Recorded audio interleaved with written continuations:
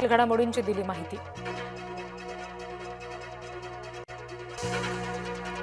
उल्हासनगर पालिकेवर शिवसेना आणि भाजपची सत्ता। महापौरपदी अश्विनी निकम, उपमहापौरपदी अमर लुंड यांची बिनविरोध निवड।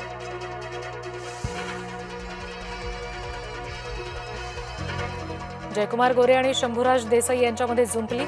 सातारा आणि सोलापूरच्या पालकमंत्र्यांमध्ये निधीवरून वाद।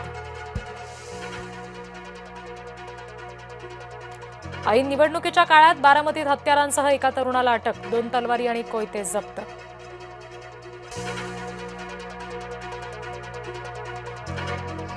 नितेश राणे विकास कामं करत नाहीत, पैसे वाटून निवडणुका जिंकतात। माजी आमदार वैभव नाईक यांचा आरोप।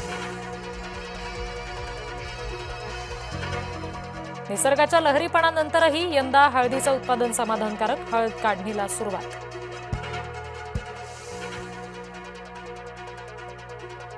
देहरादूनमध्ये दरीत कोसळली बस। भीषण अपघातात 4 जणांचा मृत्यू, 5 जणांची प्रकृती गंभीर, 35 पेक्षा अधिक जण जखमी।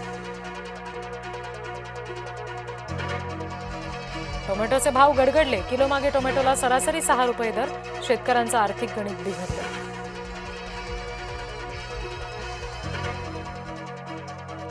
जळगावातील इराणी महिलेची हकालपट्टी। महिला बेकायदेशीररित्या वास्तव्य करत असल्याचं आलं समोर।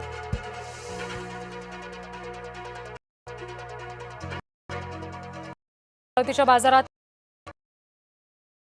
बाजारात आल्यामुळे कापसाला क्विंटल मागे मिळतोय 8,000 रुपयांचा दर।